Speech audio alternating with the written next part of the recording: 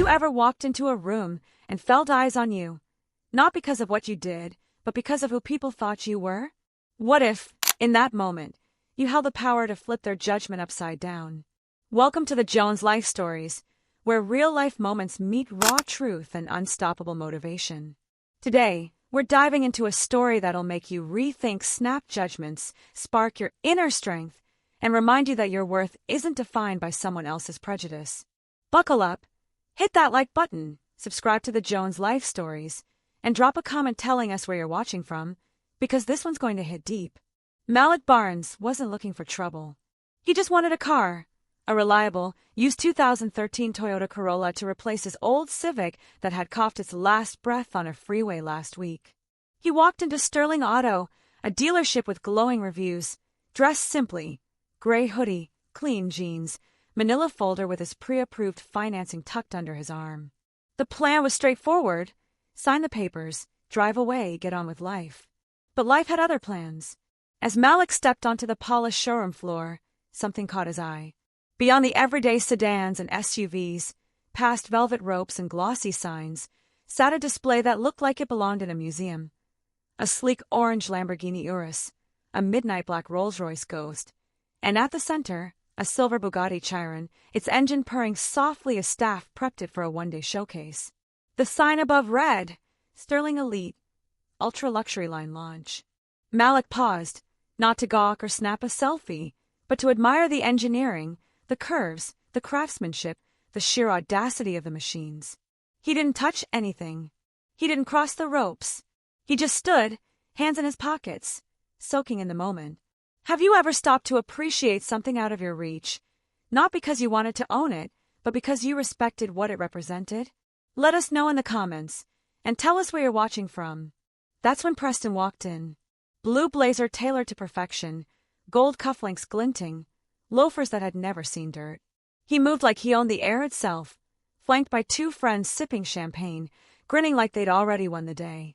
This was their scene, an exclusive launch party for the ultra-wealthy, invitation only. And then Preston's eyes landed on Malik. Malik wasn't wearing a Rolex. He wasn't chatting up a salesperson or holding a drink. He was just there, standing quietly near the velvet ropes, and to Preston, that was enough to feel like a challenge. "Keep dreaming, brother," Preston called out, loud enough for nearby staff to hear. "They don't offer layaway on Bugattis." His friends snickered behind their glasses. Malik turned, offered a polite smile, and said, "Maybe not today, but one day." Then he walked away, back to the front desk where Kevin, a junior salesman, was prepping his paperwork. That calm, that grace, it stung Preston more than any comeback could. Have you ever stayed cool when someone tried to tear you down? Drop your story in the comments, and let's talk about it. Preston's smirk faded. He didn't like that Malik didn't flinch, didn't argue, didn't give him the reaction he craved. Some people can't stand it when you don't shrink under their gaze. So Preston leaned over to a nearby employee, nodding toward Malik. "You might want to watch that one," he muttered. "Been circling those cars a little too long." The employee hesitated but nodded, and Preston sipped his champagne, watching with a grin that didn't reach his eyes. Malik, unfazed, sat with Kevin, reviewing loan documents. He wasn't whispering, wasn't sneaking glances at the luxury cars anymore. He was focused, ID out, signing page by page. But Preston wasn't done. He leaned against the champagne bar and muttered to another passing employee, "Seriously, y'all just letting anybody wander around in here now? I thought this was a luxury launch, not a free-for-all." The young employee offered a tight smile but said nothing. Then Preston raised his voice, waving toward the front desk. "Can you get the manager out here, please?" The receptionist, startled, picked up the phone. Malik heard it. Kevin heard it. But Malik didn't turn around. He just kept signing. Have you ever been in a room where someone tried to make you feel like you didn't belong, just for existing? How did you handle it? Share below, and don't forget to hit that subscribe button for more stories that inspire. Moments later, Daniel, the general manager, hurried out. Name tag polished, shirt pressed, cufflinks gleaming. A man who smiled with his teeth but never his eyes. Preston didn't waste a second. "Glad you're here," he said, motioning toward Malik with his glass. "That guy's been hovering around the display cars. Gave me and my guys a weird vibe." I don't know what his deal is, but it's making guests uncomfortable. Daniel didn't ask questions. He didn't check facts. He just nodded and walked straight to Malik and Kevin. Mind if I have a quick word with your customer? He asked Kevin, eyes locked on Malik. Kevin shifted awkwardly. He's not browsing, though. He's just buying a used car. Daniel pressed on. There was a report you were lingering around the VIP display section. We just want to ensure everyone feels safe and respected. Malik raised an eyebrow. Safe? He glanced at Preston, who was now pretending not to listen. I didn't cross any lines. I looked at a few cars, then came here to finish my paperwork. I'm sure that's true, Daniel said quickly, but we need to be proactive. You understand. Malik held his gaze, then nodded once. I understand exactly what this is. He turned back to Kevin. Can we keep going? Kevin nodded, hands shaky, and they continued. Daniel lingered, then walked away, but the air felt heavier now. What would you do if someone tried to control a room just to make you feel small? Would you stay calm or push back? Drop your thoughts below, and make sure to like and subscribe to the Jones Life Stories for more real talk. Preston wasn't satisfied. He'd mocked Malik, reported him, watched the manager confront him, but Malik still hadn't broken. That calm, it was driving Preston wild. Across the showroom, the luxury launch was in full swing. Glasses clinked, cameras flashed, laughter echoed under vaulted ceilings as executives showed off Lamborghinis like trophies.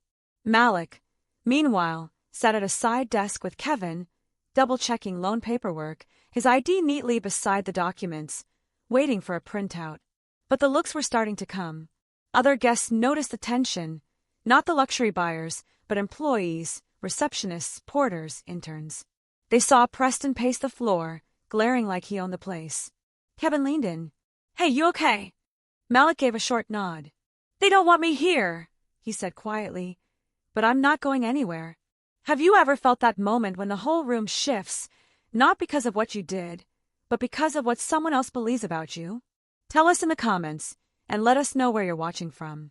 Preston wasn't done.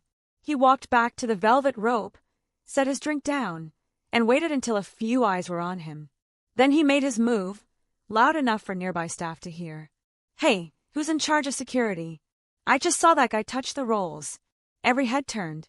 Daniel hurried out of his office. What happened? Hurried out of his office. What happened? That guy, Preston said, pointing at Malik.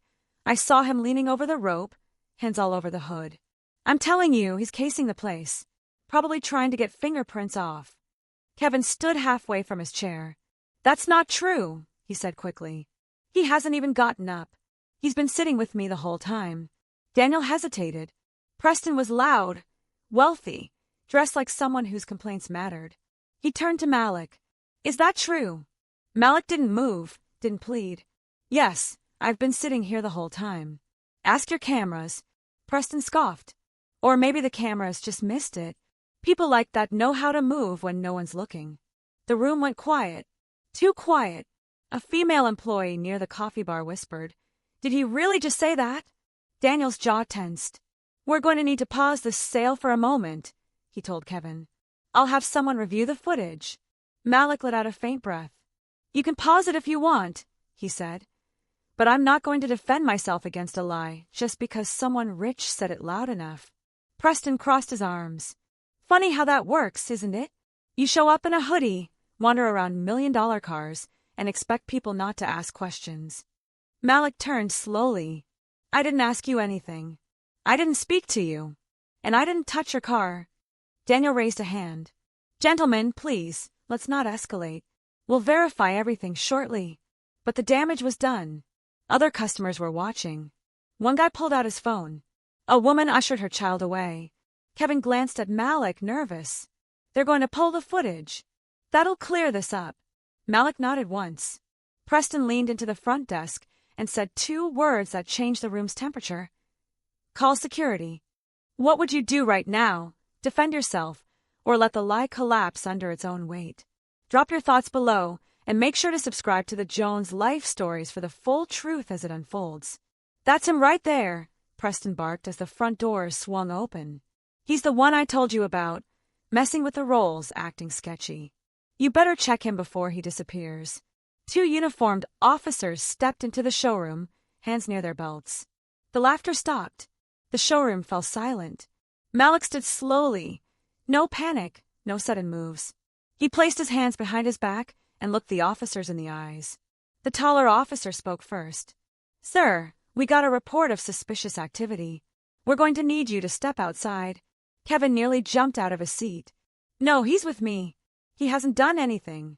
I've been helping him with financing this whole time. Preston stepped between the officers, pointing again. I saw him touching the Rolls-Royce. He's been circling that car all day like he was planning something. If you're waiting to see him steal it, it'll be too late. Daniel stood awkwardly to the side, saying nothing. The officers took a step closer. Sir, we're not going to argue here.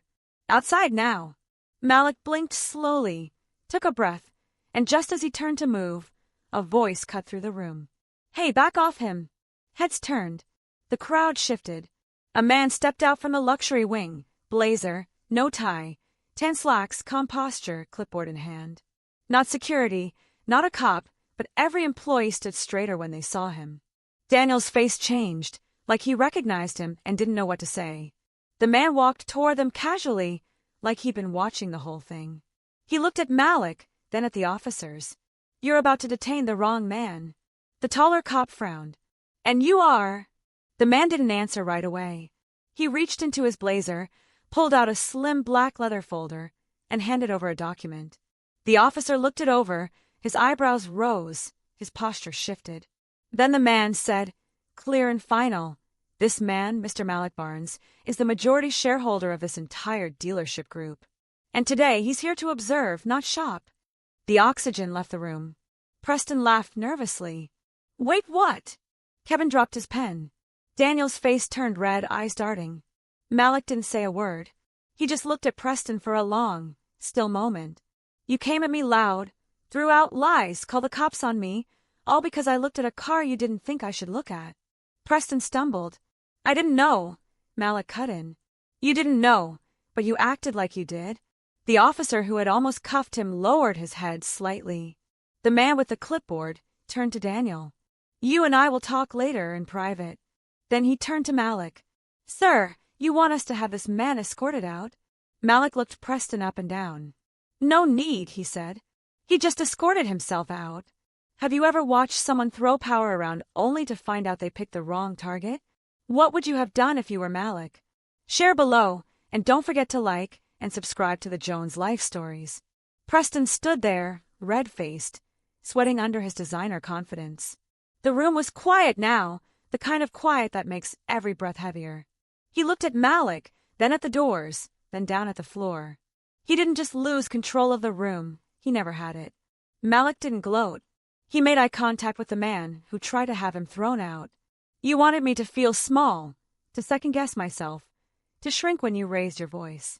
But see, I've been shrinking for people like you my whole life. Not anymore. The executive stepped forward, nodding to security. Escort him out, he said flatly. Flag his ID. He's permanently banned from every Sterling Auto location nationwide. The room watched as Preston was walked out, past the same velvet ropes he once stood beside like a gatekeeper. Now they were a reminder of the world he thought he owned until it turned its back on him. Someone whispered, that's what privilege looks like when it breaks. Have you ever seen someone trip over their own ego and fall face first into the truth? Tell us in the comments. Malik turned to Daniel, the manager, who had gone pale, eyes begging to disappear into the tiles. You know what makes you worse than him? Malik asked. Daniel flinched. He lied to feel powerful, but you knew it was wrong and went along with it anyway. The room stayed quiet. All you had to do was ask a question. You didn't. All you had to do was stand up. You didn't. The executive spoke from behind Malik, voice cool. Your suspension is effective immediately. We'll review termination paperwork within 24 hours. Leave your badge at the desk. Daniel didn't fight it. He slowly took the pin from his shirt, set it down, and walked away. No eye contact. No words, just silence and regret. Malik turned to Kevin, who looked like he hadn't breathed in minutes. You tried, Malik said. That matters. Kevin blinked. I didn't do enough. Malik nodded. Next time, do more. Not just for someone like me, for anyone who's alone in the room. Kevin nodded hard. The executive stepped beside Malik.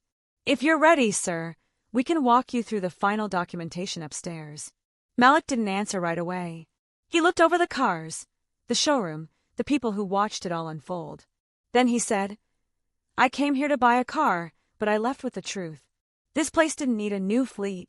It needed a reckoning. The next morning, the headline didn't mention a sale. It read, Black investor profiled at dealership reveals he secretly owns the brand. The clip went viral, not loud, not violent, but quiet. Just a man falsely accused, calmly saying, You think I don't belong here? I own the floor you're standing on. And just like that, the world flipped. This is the Jones Life Stories, where we don't just tell stories, we uncover truths that inspire. To stand tall, no matter who tries to push you down. Malik's story reminds us, your worth isn't in what you wear, what you drive, or what others think you deserve. It's in your ability to stay calm, hold your ground, and let the truth do the talking. So, stand up for what's right, even when the room feels against you. Keep pushing, keep shining, and never let anyone dim your light. Like this video, subscribe to the Jones Life Stories, and share it with someone who needs this motivation today. Drop a comment below. Have you ever faced a moment like Malik's? How did you rise above it? And tell us where you're watching from. Until next time, keep living your truth, and we'll see you in the next story.